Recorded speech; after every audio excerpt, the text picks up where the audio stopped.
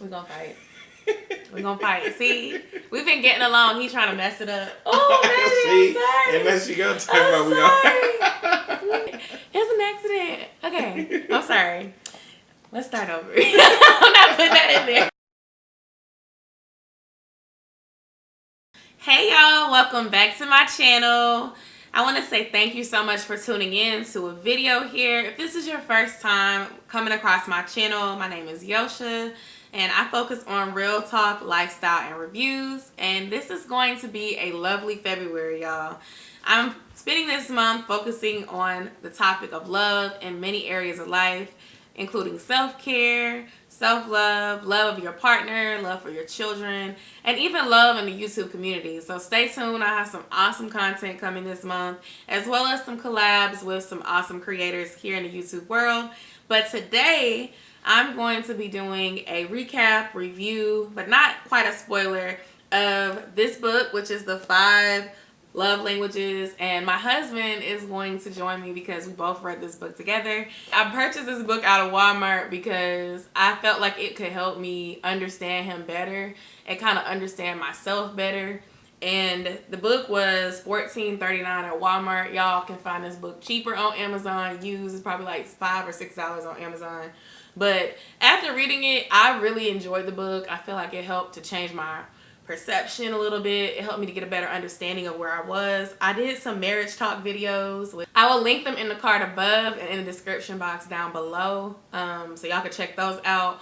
But it told me some stuff that I already knew, but it kind of built on it. But I wanted to bring my husband because he thinks completely different than I do, and I felt like that would kind of give the perspective. But we did not try out any activity, so I want to put that disclaimer out there. This is just like, did we find it true? Did we like the book? What we didn't like about the book as far as the part where it's explaining about the love languages. The first language that he talked about was words of affirmation. And that one is basically all about showing your partner that you care with the words that you use. Being encouraging to your partner. Uplifting your partner. Saying thank you.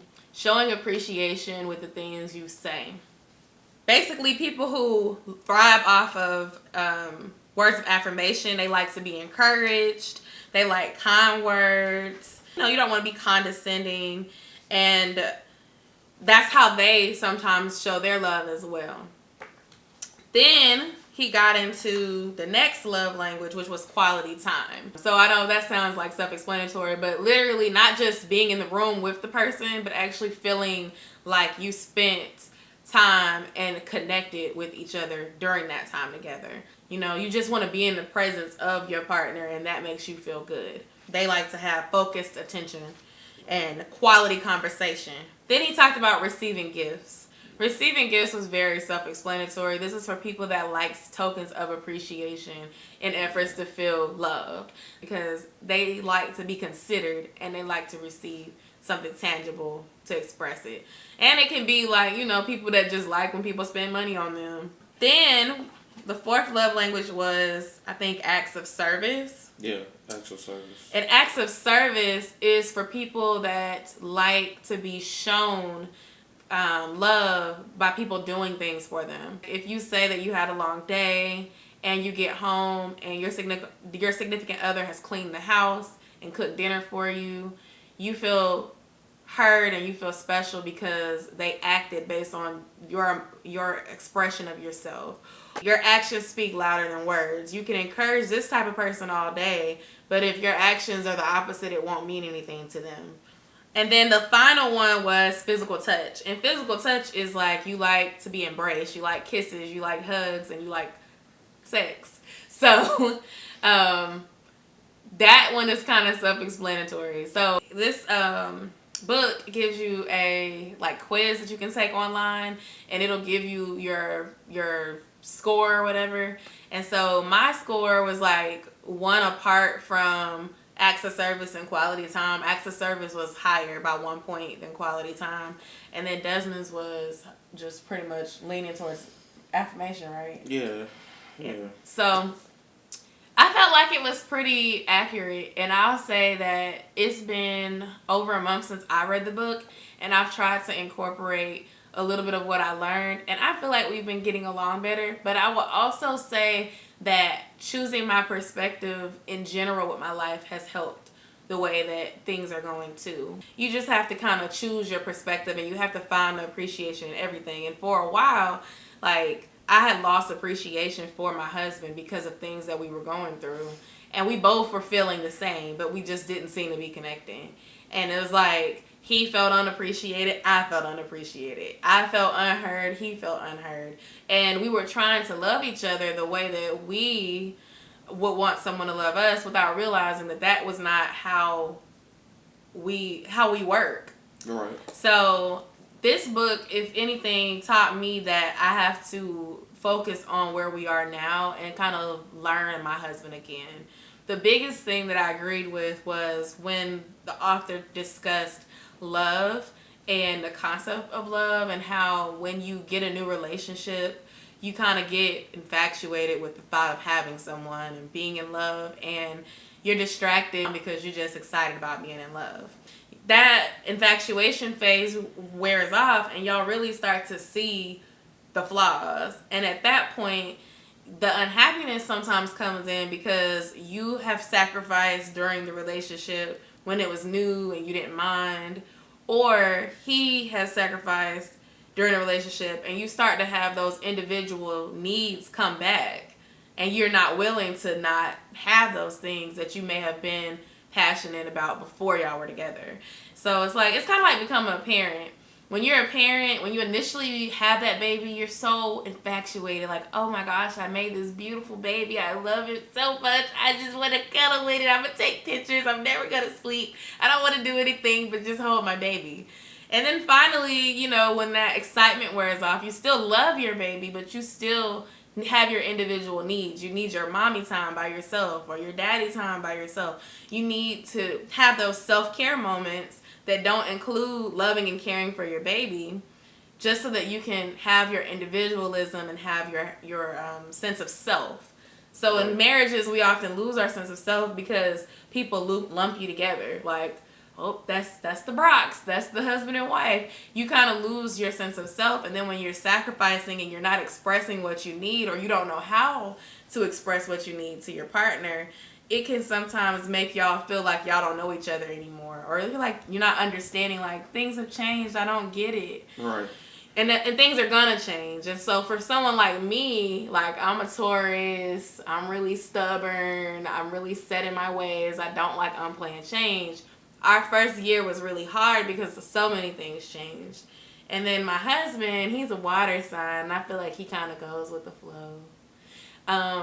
He's better at embracing changes than I am, but I don't know, I just feel like I have a better, like, view on how a marriage should work. You have to make the marriage work for the two of you, not how everybody else feels about it, not what your parents say about it, not with what your friends think about it, especially single people that have never been married. So it's like, Folks who've been married for forever and just then slipped into a routine of, well, blah blah blah blah blah, and they do whatever. It's different. They just slip into. It becomes like second nature. They run on autopilot. So things change, but it's just like, oh well, whatever. And they've just found a level of comfort.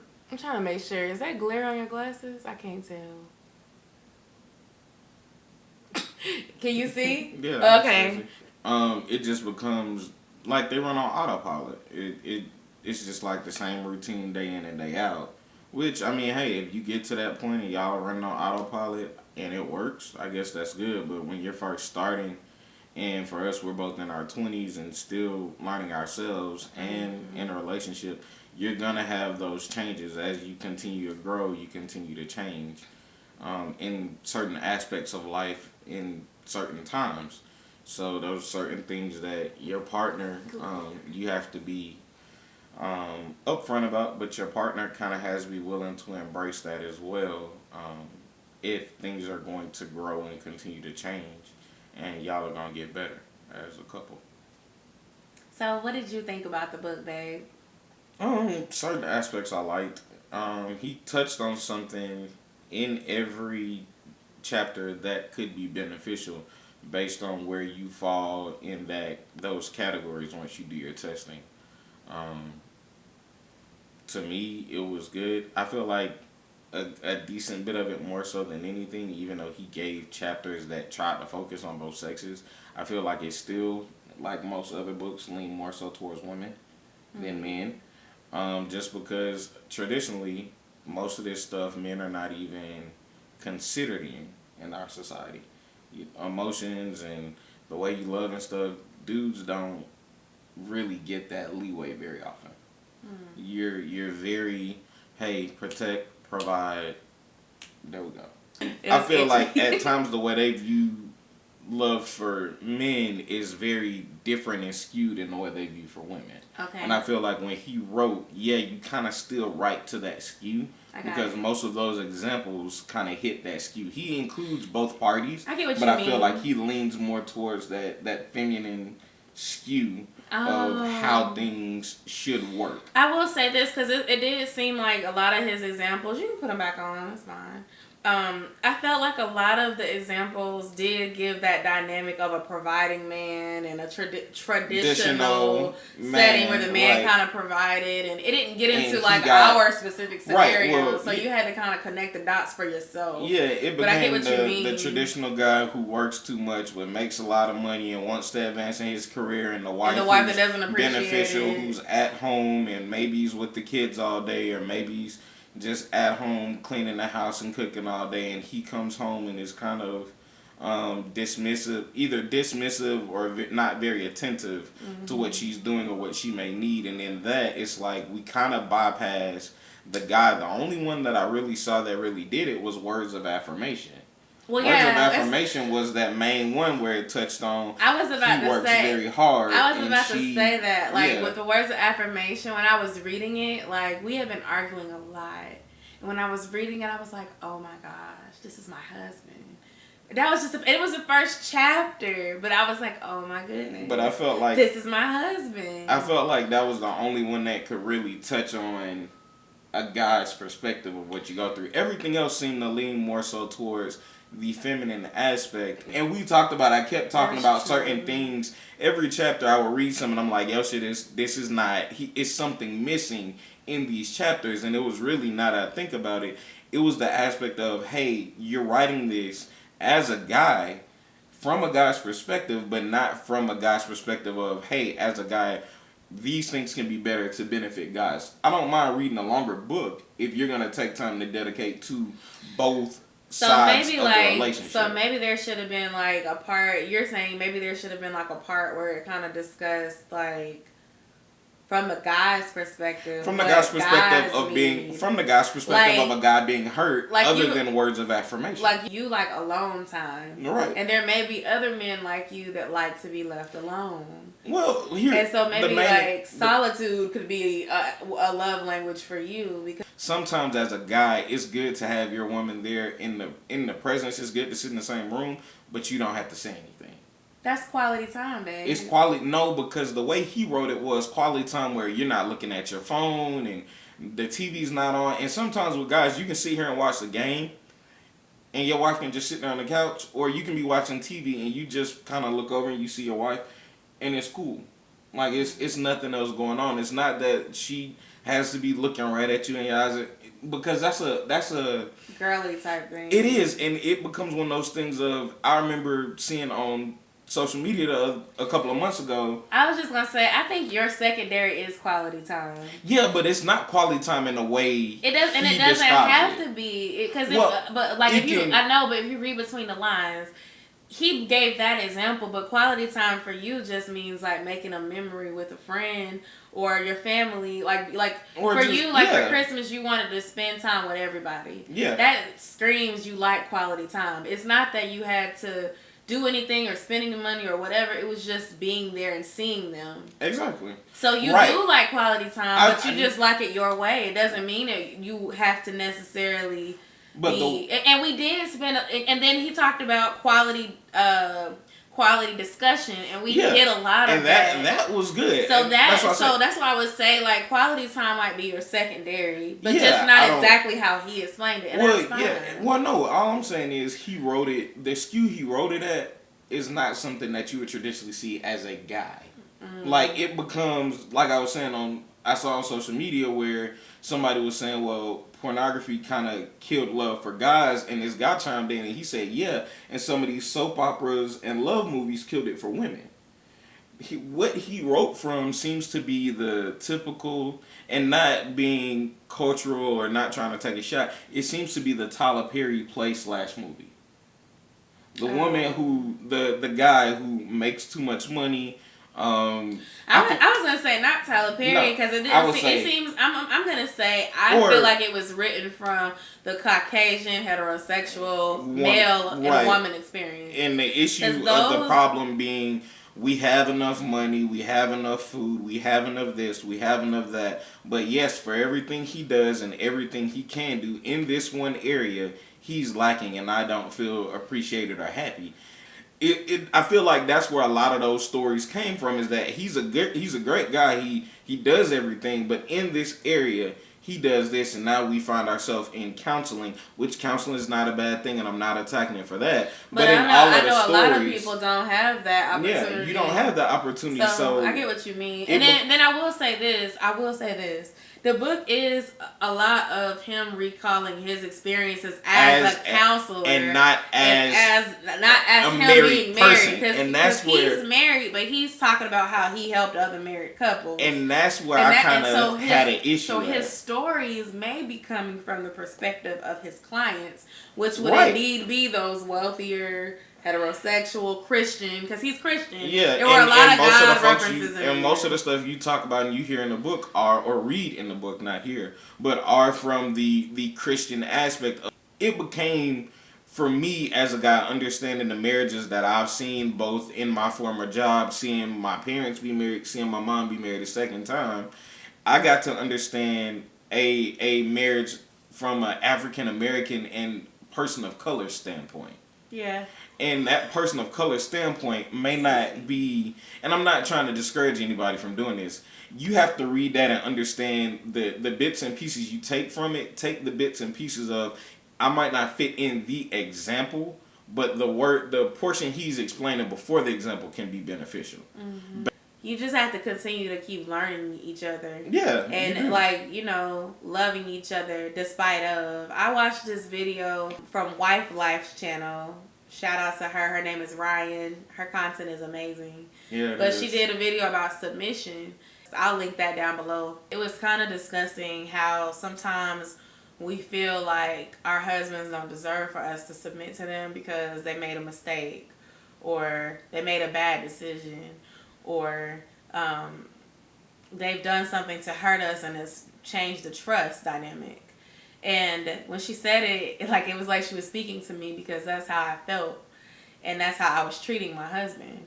And the thing is, when you get married, both of you are required to submit to each other in a way of showing love to each other, but in a way of showing your love for God. And so it's like women are to submit to their husbands as an act of obedience to God. And so when you submit to your husband, you are doing it as like a form of worship and a form of love for your husband, but also for God. And so even though he may not deserve it, it's kind of like you don't deserve it either. And then in exchange for that, your husband is to submit to you. Like, yes, they like to focus on the fact that the husband is supposed to provide and protect, but his submission is that he is to love his wife with the same caliber that Jesus loved the church. And if you don't remember, Jesus died for our sins. And that's a huge sacrifice. So your husband is supposed to love you like no other. We're not even required to love him as Jesus loves the church. We're just required to submit unto him. So with that being said, the Love Languages book, it didn't capture that, but it just kind of reinforced the fact that we had lost touch of why we got married in the first place, and kind of I got stuck in, you're not who you were when I married you. Like, why are you acting different? I just want things to be like it was. And it may never be like it was because we're not the same people. Yeah. And we've had new experiences and more time has passed. And everyone has the ability to evolve and change. And I'm grateful for my growth because I realized that I was part of the problem in my relationships. Not even just with him, but just with friends, with work, with life in general. When you don't appreciate what you have, when things improve, you won't notice because you're too busy complaining. So anyway, y'all, I really enjoyed the book. Read it with your spouse. Read it with your significant other if y'all are engaged. And just keep in mind that you have a different experience. So it may not be exactly the same impact that it was for me or Des, but it could definitely give you perspective on love and how to continue to grow in your marriage and keep things fun and you know, keep the love rolling. It's love month, so it's going to be a lovely February. I hope y'all enjoyed. Babe, you have anything you want to say? For the guys who read the book, when you read the book, don't just try to rush through the book. If you can't finish it as quick as your wife does, there's nothing wrong with that. I read it in a day, and I was like, hurry and read it, babe. It's so good. It's amazing. And I was telling her, like, no, I'm going to read it bit by bit and at my pace because what I'm looking for as a guy might be different from what she's looking for as a woman. It's going to be a marathon and not a sprint. So make sure you're grasping the concept of what's being said. Make sure you're discussing it. Even if she's finished and you're in the middle of a chapter, if you feel like you want to discuss something for clarity, discuss something for clarity. Cause that was my favorite part, talking about stuff together. Yeah, discussing those parts as you go along will help you to learn and to grow. Versus just reading it to say you did it. I was going to say, you can purchase 2 of them and y'all can read them together. And that way you read chapter 1 and stop and wait until he reads chapter 1 and then y'all move forward. So y'all would be moving on the same pace. Yeah. Or you could take turns like we did and just, you know, discuss it. We probably will read it over it again because I want to start trying to do some of the activities and stuff. But yeah, I mean, it's a good read. I recommend that you do things like that for your marriage. Not even just this book, but find something that speaks to you. Yeah. I would love to find a book that kind of covers the Black marriage experience or that would be awesome. That would be really good. So if you have any good like recommendations, affirmations, self-love books, we'd love to hear that. Thank you so much for watching, and we'll see y'all in the next live video or the next scheduled video like this one. Bye.